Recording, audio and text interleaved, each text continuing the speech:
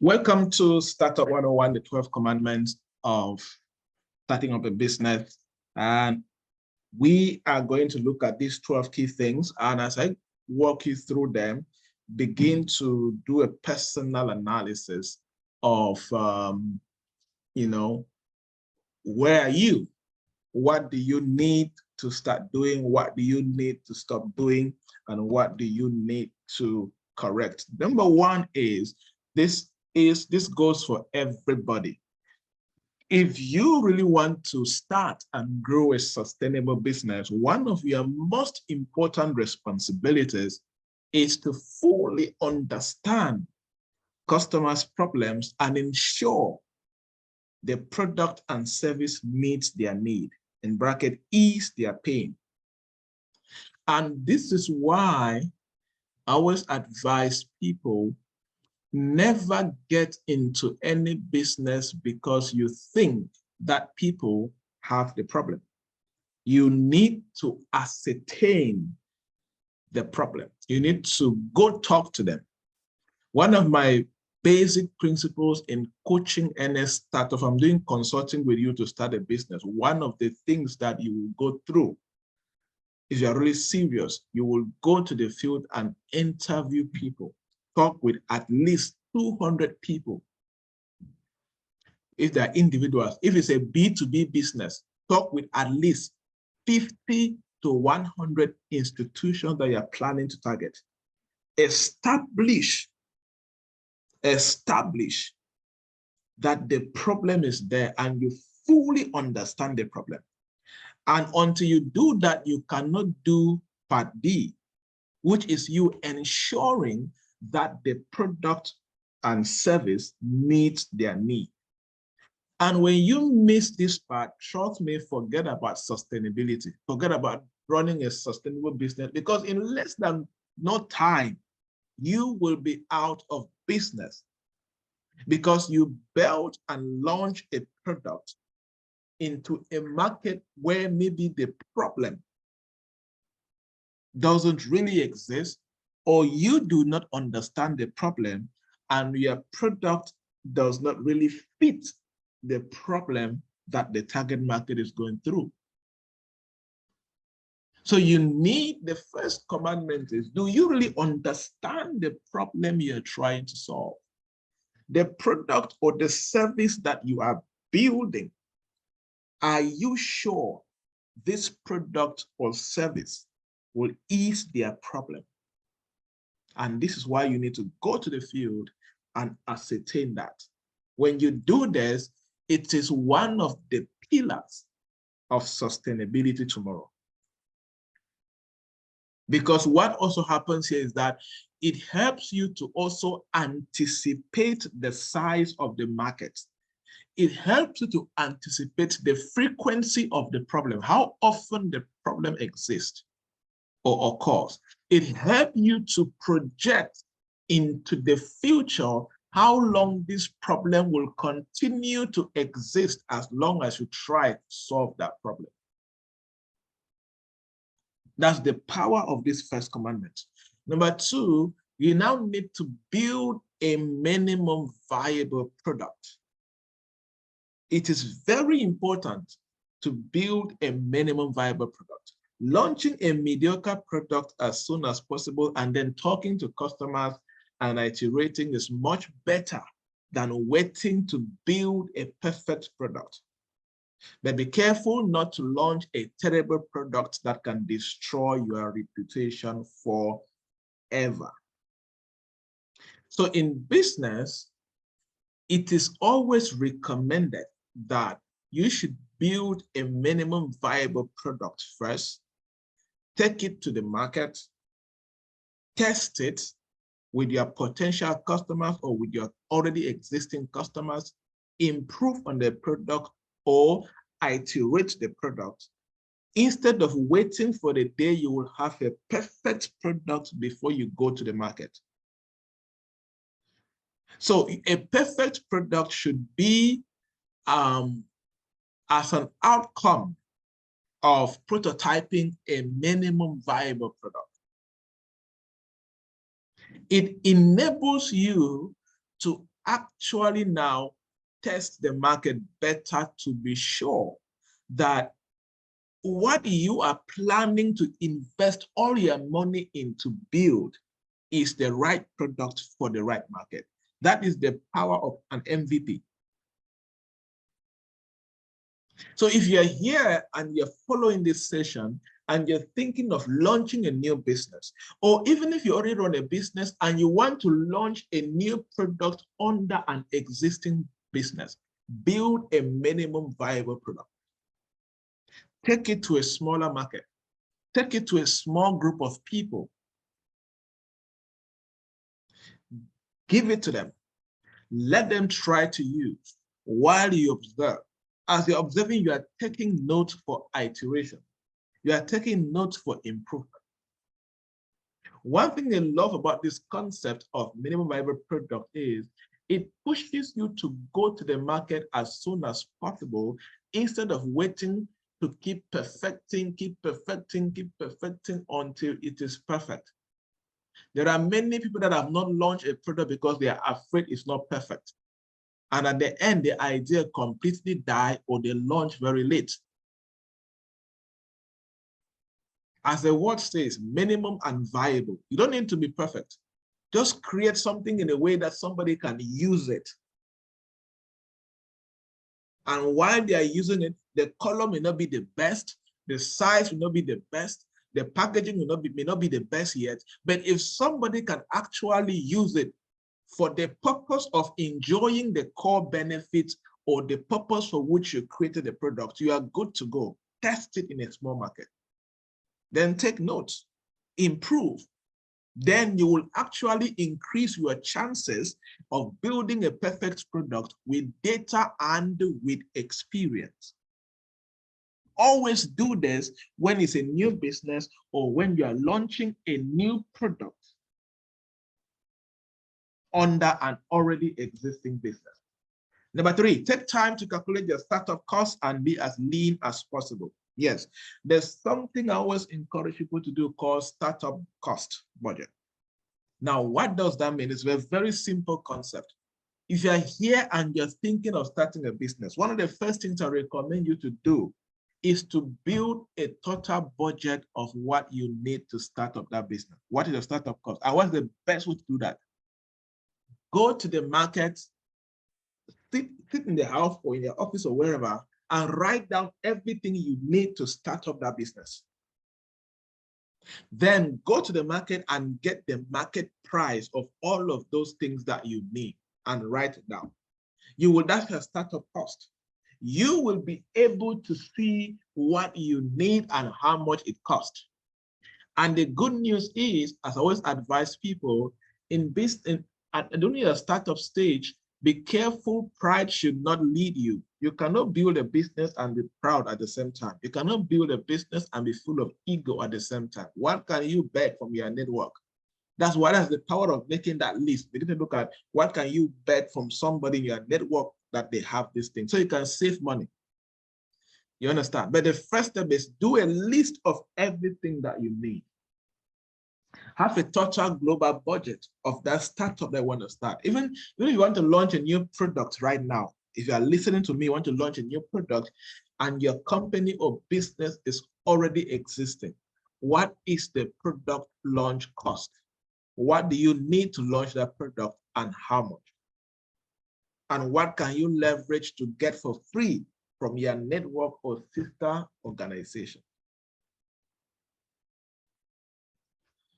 You get a concept? If you are still there, write a message in the chat box that I'm there and I'm following. So I'm sure we are not losing anybody because of network. All right, good. I hope those who are still to start businesses are picking some good lessons here. Awesome. Number 4. The 4th one is be careful not to expand too fast. You might make terrible mistakes that will cause you to crash. Expand, reclaim it. Now, I have seen this over and over and over and over for startups. I have seen this very good businesses operating too well, and because they started making some small money, boom, the next thing they think about is expansion, and then they crash.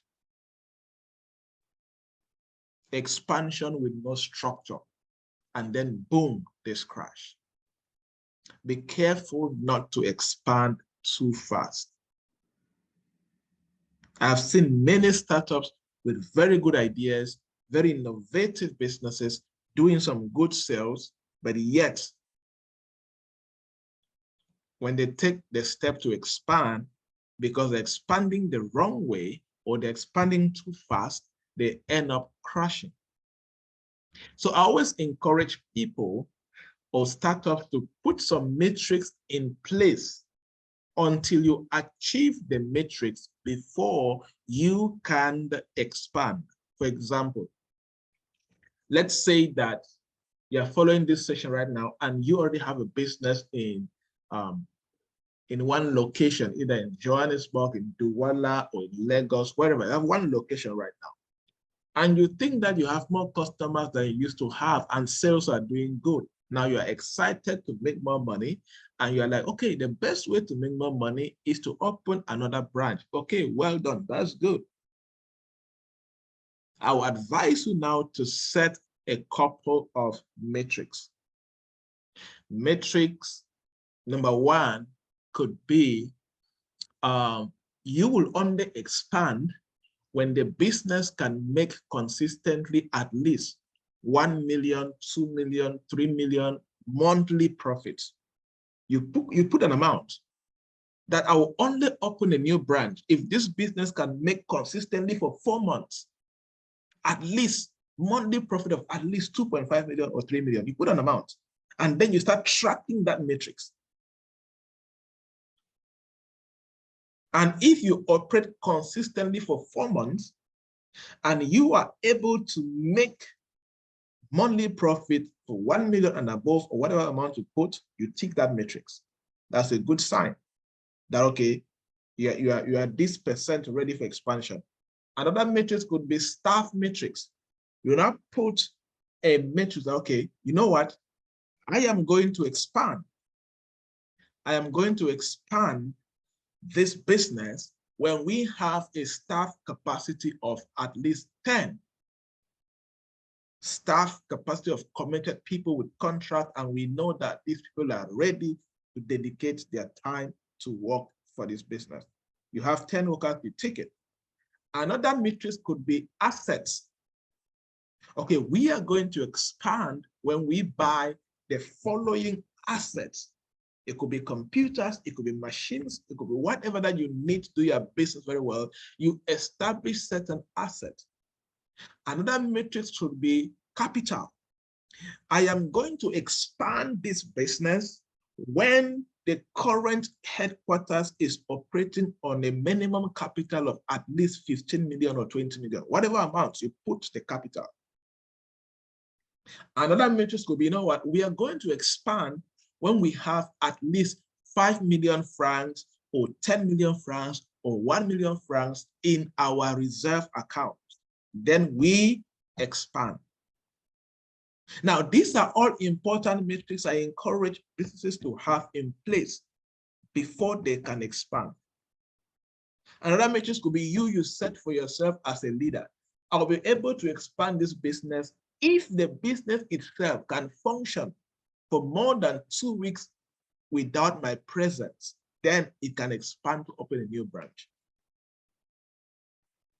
That's the matrix I'm talking about. So you expand with clear matrix. Don't expand because of excitement. Don't wake up and expand tomorrow because you think that, oh, we made 1 million in sales. Oh, let us open a new branch. Next month, you will hear your own. Don't expand without systems. Don't expand without policies and all of that. All right. Number 5, practice 90 and 10 solution, 9 to 10 solution. That is, look for a way in which you can accomplish 90% of what you want with only 10% of work, effort, time, and money. This is very good for startups when you have limited resources, limited employees, limited time, limited money, and all of that. The aim here, the concept of this 9 and 10 solution, 90-10 solution is the ability to use what you have to achieve relevant results, is to minimize waste, is to minimize wasting resources, wasting the minimum employees that you have, and all of that, is to put yourself in a condition where you are focusing on every step that you take. You are very clear of what you want to accomplish, and you are focusing a lot on the effectiveness. You are focusing a lot on productive. You are very intentional about waste.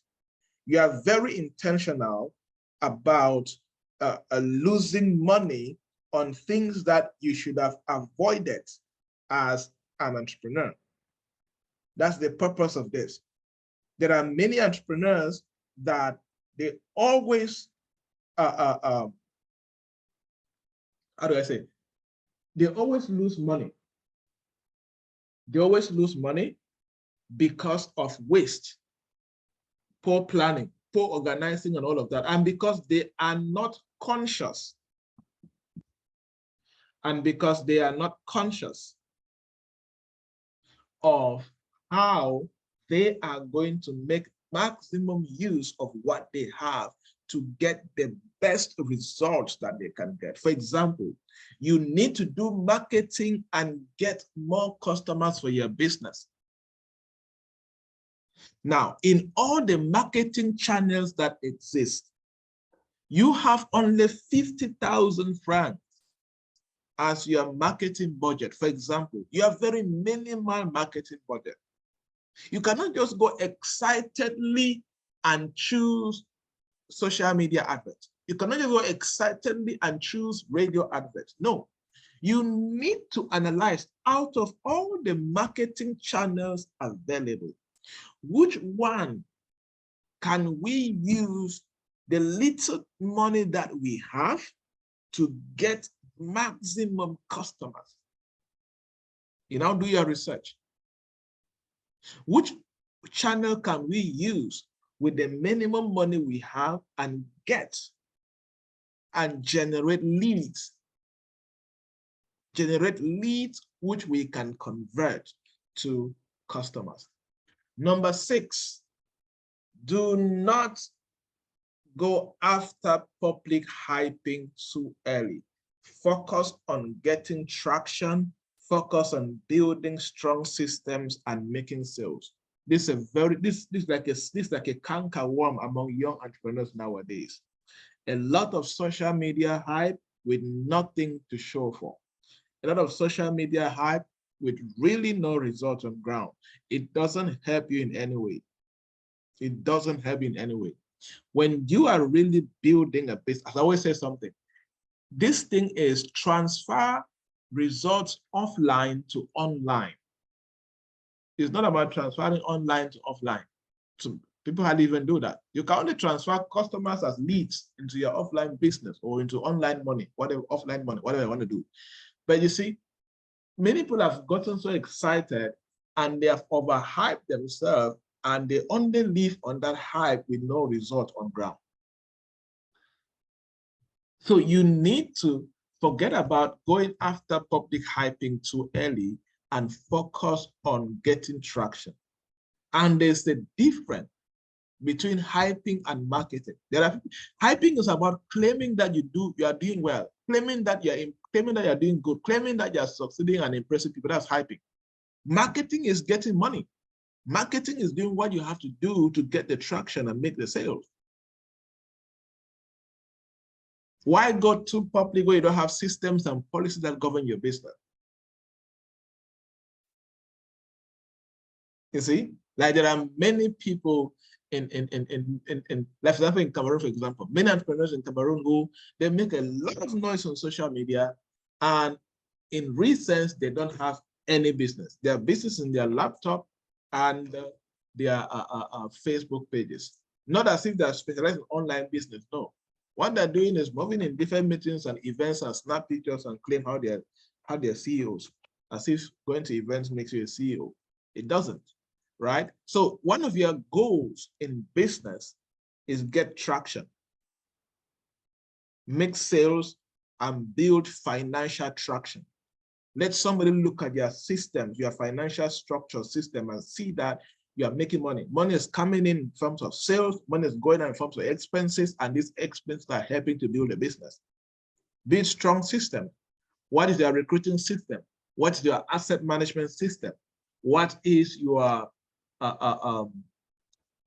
financial management system? All of these systems, build them and make sure you are making sales. Number 7, do not run away from problems. Yes, there are 2 types of entrepreneurs and executives. People that when they see problem, they run away, and people that when they see a problem, they find a way through that problem. At the startup level, you are in the business of fixing things consistently. As I always say, as the chief execution officer, you are always figuring out things. There is no day in your business that you are not solving problems. Let me see. For those of you who own businesses here right now, has there been a day in your business that the day passed smoothly and there was no iota of problem that you had in your business? If you have experienced that, say yes. If you have never experienced a day that passed peacefully, say no. No. Write in the chat box, write in the chat box. Let me see. I want to see somebody who will tell me yes. I will just come to you for mentorship. You must mentor me in this business. Right? There's no day, even you wake up in the morning and everything is fine. Everything seems like everything is like before, maybe towards the end of the day, or this is happening, boom, there's always a little thing. Maybe the door is bad, or maybe the bulb, there's always some little iota of something that has happened somewhere, right? So it's so crazy as far as business is concerned. And that is why having the attitude, having this problem embracing, solving attitude will give you peace. Will give you peace. I had to go to the Excel. I have an affirmation for problem. Yes, before you know it, a terrible customer will come and speak to you. I have an affirmation for problem, so I'm like, oh God, thank you for the problems today. Give me the grace to eat them for breakfast. That's how I wake up and I face my day, because I already know the only way that you can avoid problems each day, stop being a CEO. Because even you don't have problems at your table, there's your staff, your team. When they have a problem, who will they run to? You. A customer will bomb from nowhere and bring chaos into your business. You have to sort it out. So you need to have this attitude that, A, you need to maintain it. You need to maintain it. You need to have it inside of you, but don't make it a way that they depress you. No, see it as part of the process. Me, I see problems are part of the process to greatness. They are part of the greatness even. The process is part of the greatness, not the outcome really. It's part of the greatness. So when you have this mindset, there's no problem on earth that will now take your joy away from you or make you sad. Because you already know that the problems will come, and you also know that it's your job to solve problems. You only make money because you figure out problems. As I always say, everybody on earth is looking for answers. Everybody on earth is looking for answers. So if you can position yourself as somebody who can solve problems and provide answers in any sector, you will always be in business. And it starts with the attitude. When I see somebody who is in business who gets depressed by a problem, I just start laughing first of all. Because like, how would I even console you first of all? Because tomorrow you will still find another problem. So I find a way to, how can I help you to outgrow this stage of always crying when problems come? That's the best solution.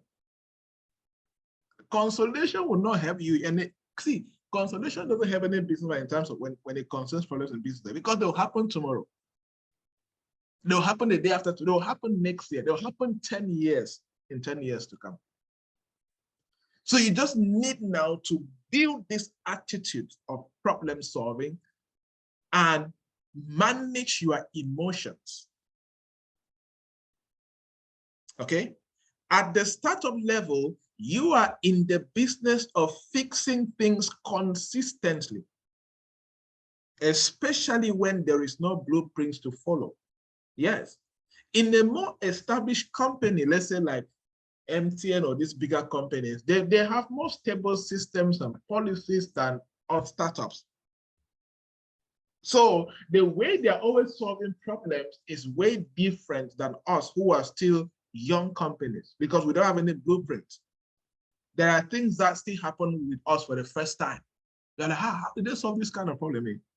Right? Like you see new problems every day. The same as when you grow in the business and get the experience, 5 years, 10 years later, those problems no longer become new to you because you have been through them, you have a blueprint, and you can actually sort them out. Okay, number 8, do not focus your energy to fight competition. Bob guy, I saw your question. Now I want to answer it. Do not focus your energy to fight competition. Now, this is one thing about business that many people need to understand. Competition should be one of the least reasons why you do anything in your business. Like what the question was asking, many business people are always tempting to do things because they feel that somebody would take advantage of that market. And first of all, as I always say, you see any market that you feel that somebody will enter there, and if you enter there later, you will not make money, then it's not even a market. It's a very small market. You're looking for a bigger market where like 1,000 people enter there, you will still bring your style and make money. That's one thing about business. If you trust in yourself, you trust in your product, you are the, see, those who win in business are not those who go first. They are those who bring the best of the game in the market. Is that the banking sector? A new bank not coming to Cameroon and Africa and see beating older banks. They are coming and doing that. Fintechs are doing that. Same as in any other sector, they are doing that. It's not about the competition. It's about what are you bringing to the game. It's about, okay, if there are guys who have gone to the market ahead of you, how can you study them, see their gaps, see where they are messing up, and come and fill the gaps and bring your A game to the same market and kick them out? Right? So never rush into a market because of you. Like, oh, if I don't do it now, I'm going to lose the market. No, it's beyond that. Business is beyond that. Now, what if you rush the market and you have the wrong products? What if you rush the market and you have the wrong team? What if you rush to the market and you don't have the systems to maintain the market? What if you rush the market and you have not respected government regulations? There are many other things. So you see, competition is just, it's among the least things that you should consider when rushing into a market. The most important thing is, are you ready for the market?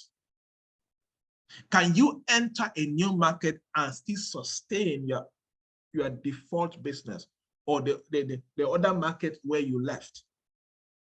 Except you are leaving the old market totally to enter a new market. Even if you are doing that, are you living the right way? Are you living with the right resources, right people, right technology, right strategy, right plan? All of these things. Are you living totally and entering the new markets the right way? It is suicide to focus on your competition.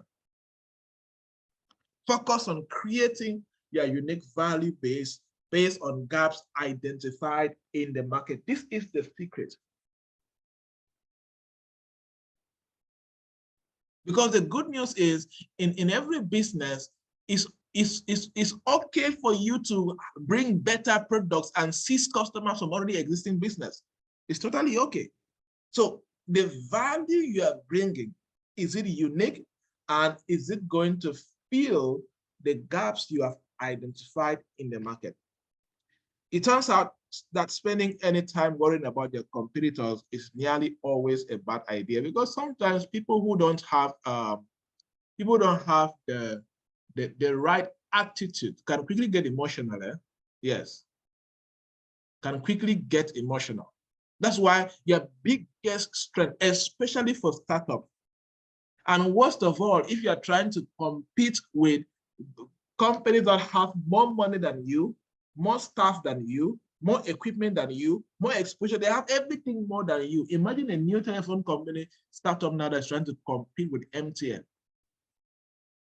You cannot do that. You're not going to win. So you're gonna just kill yourself. So what you need to do is identify the gaps. Because one good thing about large companies is that they have a lot of gaps they have minimized in the market.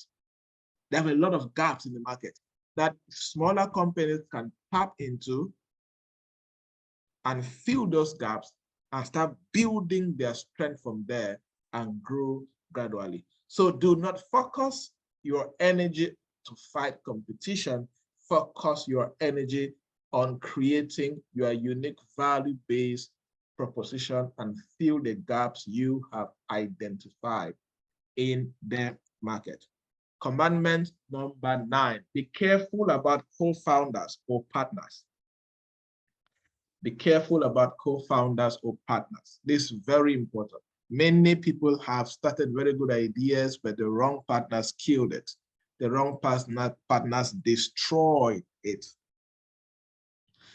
Be careful about co-founders and partners. The relationship with your co-founders matter more than you think and open, right?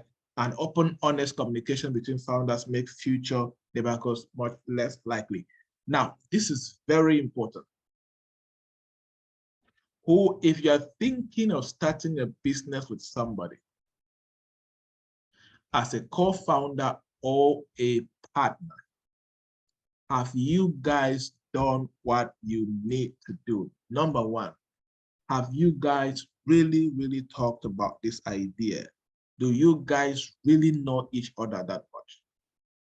Do you know each other's expectations? Do you know core values and principles and all of that about each other?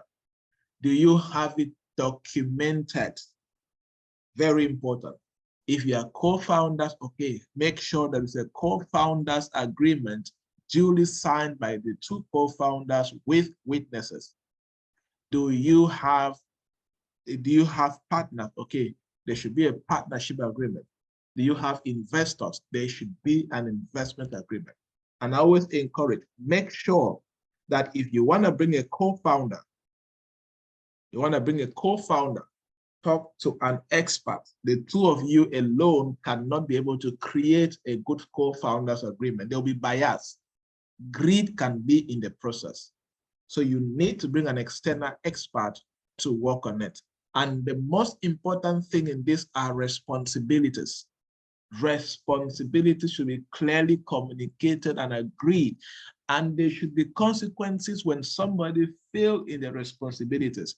I have settled issues of co-founders disagreement. For example, one was that another co-founder was feeling that he was working too much more than the other person.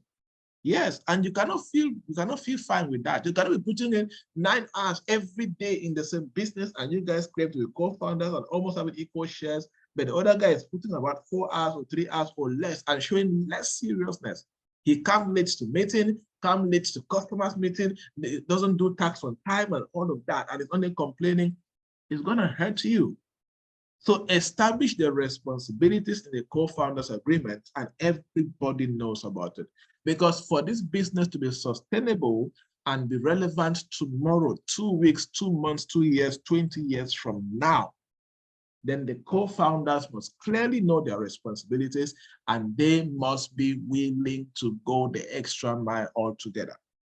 The next thing about the co-founders or partners agreement is make sure it is categorically clear who is bringing what into the business.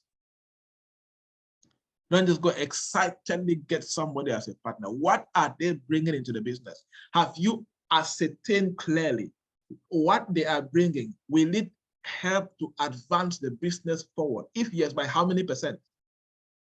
If they are bringing money, okay, how much percent of the total capital is this money? If they're bringing in skills and time and energy, okay, what they're bringing in, how will it advance the business in general? How will it advance the business in general? Are we there? So, very important. There's a course on PPU, the university platform, which fully talks about partnership for hours and hours, about 1 hour plus class on partnerships. Okay, but be careful of partners, they can hurt your dream. Next is spending too much time on the wrong things can condemn the startup to an early death. Yes, there are many startups that have died because founders spend time on the wrong thing. It is possible to negatively affect your startup with wrong things that you do. And that's why I always say something funny. Anybody who is building a startup and that startup is not taking at least, this of full-time entrepreneurs, we are building a growing business and that business not taking at least 13 hours of your time, there are many things you're not doing right. I can tell you. If I sit with you and analyze all that, oh, you're missing out on so many important things that will hurt you tomorrow. Worst of all, those who are working. When you're working, you have a job and you're building a startup, I can bet you that if you work 8 hours in your day job, when you come back home, you'll see burn like 4, 5, 6 hours on your startup if you are really doing the right thing. So there are certain habits or certain things that you need to stop doing when you're building a business. You cannot building a business and you're spending too much time on movies, spending too much time on gossiping and social media, too much time traveling here and there with nothing that makes sense. You see? So it is very important to make sure that you are careful with what you're spending your time on. You need, there's a moment, there's a period in your life where everything you are spending your time on is about the startup. If you are reading a book, it's a business book to learn a particular thing. You want to learn about budgeting, you are reading a book on budgeting. You want to learn about building sales funnel, you are learning a book about sales funnel. You want to learn about writing copies to sell online, you are learning about copywriting, all of that. You are doing things that are all geared towards the advancement of your business. That's one thing that helped me. I have burned thousands and thousands of hours just making sure I could sit. Like this morning, this seat I'm sitting in this morning, since I prayed and I picked up my laptop and started working on whatever I'm doing, I have not left this seat. It's what? It's 2 o'clock almost. So 7 a.m. to 2 o'clock. What time? I've never even taken breakfast. So because there's a lot to do. You're always like, oh, when you finish this, this is there, this is there. You're trying to catch up. Before you know it, time is gone. I was like, oh, it's already 12 o'clock. You see, the truth is your startup demands more time than when your business is stable. I can tell you that. Anybody who is building a startup and have a lot of time on your hands, there are many things you are not doing. If you are building a startup now and you really have, and that startup really has a future, one of the things that should be taking your time should be you building policies for that startup. Recruitment policies, recruitment structure, building asset management policies, building staff management policies, building all of these things. You are building them, you are learning them yourself. Just marketing alone, just for you to know marketing alone and start carrying out marketing activities will take you time. Just social media marketing alone, or let's say internet marketing in general, it will take you time. Just creating the right content will take you time and all of that. So be careful how you use your time. Because if you spend it wrongly, because one of the greatest assets for every entrepreneur or the CEO of every green company is time. Your time is one of your greatest, because what you can create with your time, you can convert it to millions. You can convert it to millions. Okay, number 11, pay attention to government regulations in your sector. Yes, this commandment number 11 is very important. Pay attention to government regulations in your sector. Be highly informed and have clear plans to meet up. Do not ignore. Visit the government office in charge if necessary. Yes, don't just run your business blindly. If you're in agriculture, what are the various regulations in agriculture? You're in finance, you're in tech, you're in wherever you are. I prefer you know and not be able to meet up with the regulations, but no, so that you have a plan B. You understand? Especially in Africa. Because sometimes the main regulations are so funny, and sometimes you don't have the money to meet up those regulations, but you have to start. That's the point to entrepreneurs. So you just go ahead and start. Just start, know the regulation, and then have a plan B. What if the government comes and looking for you? Have a plan B. Have what you can do. But it's good to know. That's what I'm trying to say. Know the regulations and then do your part. The good news in many markets in Africa is that you can start many businesses without, like, can start a company without registering even. And you can operate for 1 year, 2 years, and maybe nobody will even discover you, even come ask you your taxes. But the challenge is when you start getting certain offers and they start asking you for taxpayers card and all of that, and they'll now hook you there.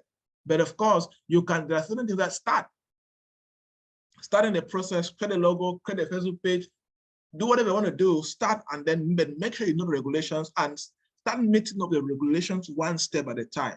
Because I can tell you, very few companies started from the beginning meeting all government regulations. Very few, very, very few. They meet it up in the process. Because nobody always have all the money to meet up all the regulations at the beginning. But it's good to know. So you know what is expected of you, and you can draw a plan on how you keep growing to meet a regulation, because you know that you have a long-term plan to make it. It's more difficult in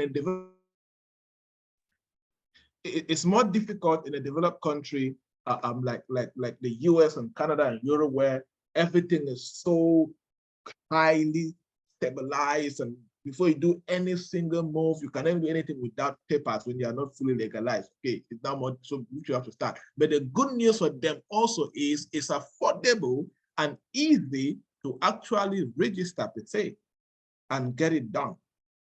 Our case is so the bureaucracy, how long it takes, the bribery and corruption and all of that now negatively affects us, right? But your job is to be highly informed and have clear plans to meet up. Know the tax policies, know the finance law and tax law and all of that. Know all the regulations in your sector is very important. If you want to be sustainable and be in business, know all of that. Number 12, the funny one, be careful about dating and marriage. You know, I just noticed something. I've been reading some certain books about money and wealth creation and all of that. And in all of the books and research I read, one thing that was constant in that particular thing was who you marry affects your wealth creation. Yes, many of all these different authors carefully spoke clearly about how dating and marriage can destroy your wealth or can contribute to your wealth, right? So it's the same. I believe that there is no way you can build a good business with the wrong spouse, with the wrong person that you're dating in general, right? So it is recommended that for entrepreneurs, marry, or if you're dating, date and marry someone who has the mind of building for the future. Marry someone who can contribute. That is why, as an entrepreneur, if you are dating or getting married to somebody, one of the things you have to understand is what is their ability to build? What is their ability to contribute to what you're doing. Don't just marry somebody who has no idea of what you're doing. They can even add a there or an is or nothing at all. So that why is this important? When you be on your bed in the night crying of that business problem, you should have somebody to share with you. Okay, people don't understand. Yes, so that you will not marry one year person, and then you bring problem and you're crying. He or she cannot contribute even one single thing. He or she cannot. They can just have pity, but pity does not help. It's different when you have somebody who can say one or two things. Okay, you know, I'm thinking of this. Oh, can we call this person? Oh, can we do this? It's a resourceful person who understands what you're going through. Someone who believes in you, right? Or someone who can give you peace of mind and encourage you. Very important. Like always, for example, like me. Imagine me that I'm dating you now, and then I don't text you, check on you like 4 or 5 hours now. It's problem. I walked and I forgot, and the laptop and the work carried my head. I don't think I was on earth anymore. There are days that I can. Yesterday I realized I've been working for 8 hours continuously, non-stop. I just said that, hey, I've not eaten. You just forget. It's like you're in one team. You never feel as if you're on earth again. You don't realize that on the table again, right? So you just go. And then you now come and start shouting, no, you did not check on me, you don't call me. I will just carry my laptop again, and they will look for a more cozy place, and they will continue the work. And then check on you later when your sense have come back. What am I trying to say? I'm not trying to say I should not be human. Yes, very important. Like I've been teaching myself. For years, I'm working a lot. Right now, what I try to do is that I don't take work back at home. I don't try to take work. I try to do myself when it's time to stop working. I stop working. I shut the laptop and I keep it. Right now, what I'm trying to teach myself is I'm teaching myself to watch television.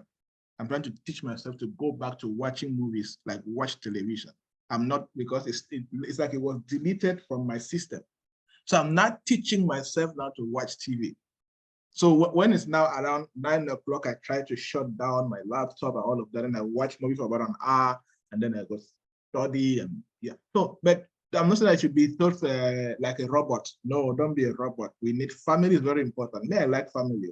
It's just condition. Just that there's a way that, you know, poverty will teach you a lesson. You now work to beat poverty. You can now go and pass. You now get addicted to the whole stuff, right? So, but in all, it's important that in all of this, you see the conditions I put there, someone who has the mind of building for the future. Don't go and marry a consumer or date a consumer.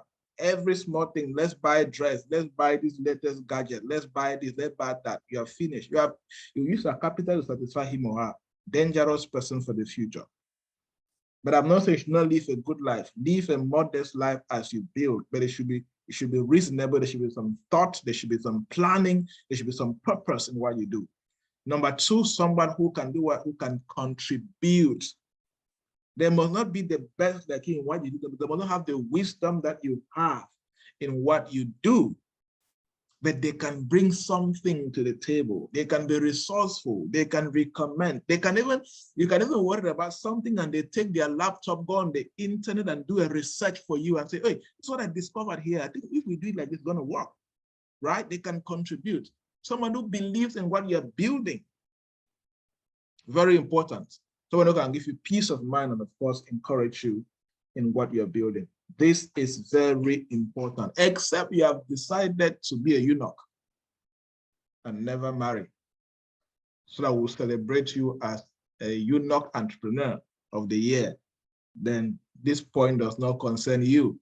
For those who are married, sometimes when I teach this somewhere, now that we are married, oh, my husband is this, my husband is that. Now you have the cross of coaching and bringing him or her to the realization. Sometimes it's ignorance. So you need to start teaching and coaching and you know, carry them along. There was one lady that she was talking about, okay, next time when I'm having an event, carry your husband along. Let him come and see. Sometimes there's people that, and the husband came and that was the first time he has ever gone to any business event. He has never listened to somebody like me. The highest he has never listened is a pastor who talks. He has never listened to things like that outside of his setting. He has no idea, right? He has no idea of that. Good. Awesome. All right, so those are the key 12 commandments that I think that they are very important for us to know them as we try to build our businesses. Because in one way or the other, if you notice, most of all of these, they are constant. Whether you have 50 years in business or all of that, they'll always remain the core foundation of the business that you are building.